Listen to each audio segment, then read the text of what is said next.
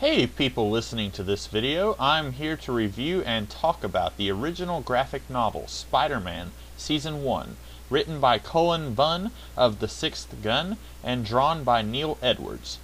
This book came out in May of 2012 and is almost certainly still available in comic book shops, bookstores, and online vendors if that's more your speed. I am not what you would call a Spider-Man fan.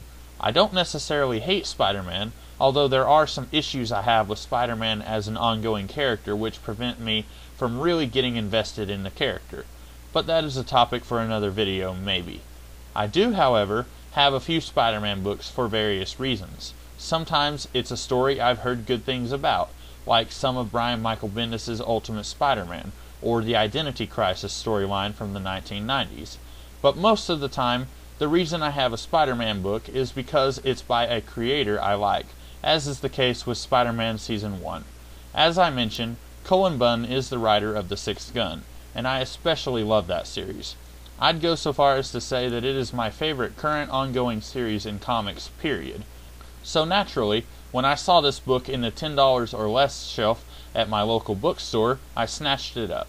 I'm thinking it's a standalone story, and it's by a guy I really like, and even though it's Spider-Man, who I'm not super crazy about, I could probably get behind it. Well, I had a bit of an unexpected experience with this book. With this book, and with the other Season 1 books I've read from Marvel, even though I had heard each of the creators talk about what they wanted to do and what they did do, I really had no expectations going into any of them. Sure, I went in wanting a good, solid comic, but I didn't know what to expect.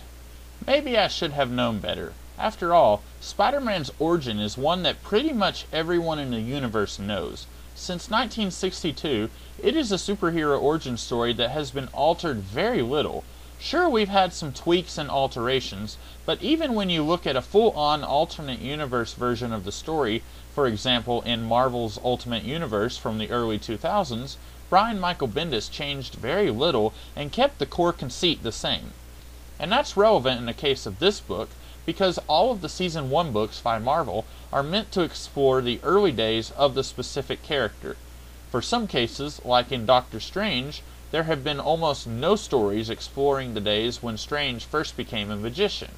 Or in the case of the X-Men, the stories were there in the 1960s, but the characterizations were nearly non-existent and were ripe to be fleshed out. But neither of these are true for Spider-Man. Of all of the properties from the 1960s that Marvel had, Spider-Man and the Fantastic Four, I'd argue, are the best of the lot. Spider-Man is the forefather of television shows like Buffy the Vampire Slayer and The Grimm, and has influenced almost certainly every superhero comic book to come after in some way or another.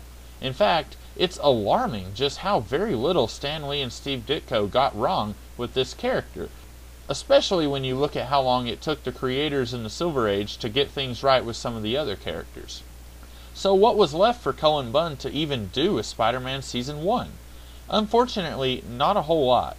This book feels pretty much exactly like what we got in Sam Raimi's first Spider-Man movie and the more recent Amazing Spider-Man film.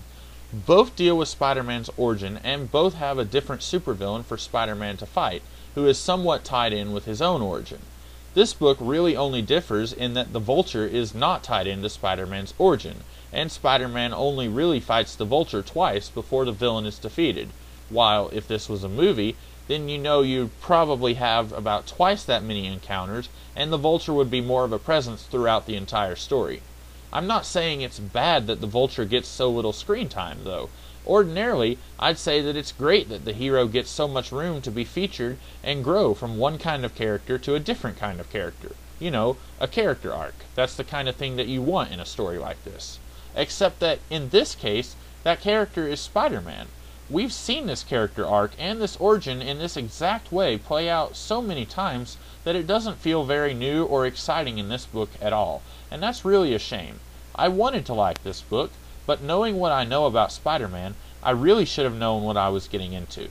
And I don't blame Cullen Bunn for this book being so mediocre. From what I understand, he actually wanted to explore and do some things that we haven't seen before concerning Spider-Man's mythos and his origin. But editorial, if they were adamant about one thing concerning this line of graphic novels, They wanted them to be consistent with the stories that have come before. Bunn was not allowed to do his own ultimization of Spider-Man, or whatever it was he was anxious to do and was told not to. And I don't know exactly what he wanted to do, but really I'd like to have seen that story instead of what we got. And I should mention, this story isn't even bad. If you've somehow stumbled onto this video and you've never seen Spider-Man in a film, or even read a Spider-Man story, then this book will no doubt please you a great deal. It's a very solid story, and it concisely tells the elements of Spider-Man's origin that are all told in every other version of Spider-Man's origin. But I think I'd rather have just seen a more ambitious project that ended up being bad than a book that stays safe and doesn't go outside the box that is just mediocre. And let me once again say that I don't think it's the fault of the creators that this book disappointed me so much. If what I've heard is true, I think it's editorial who wanted this book to be something that the audience didn't really need. It's unfortunate, but I guess this does mean that if it isn't broke, there really is no reason to fix it. And the Spider-Man origin, even when you see it 4 or 5 times, it really doesn't need any alteration, so I guess this book has that to say for itself.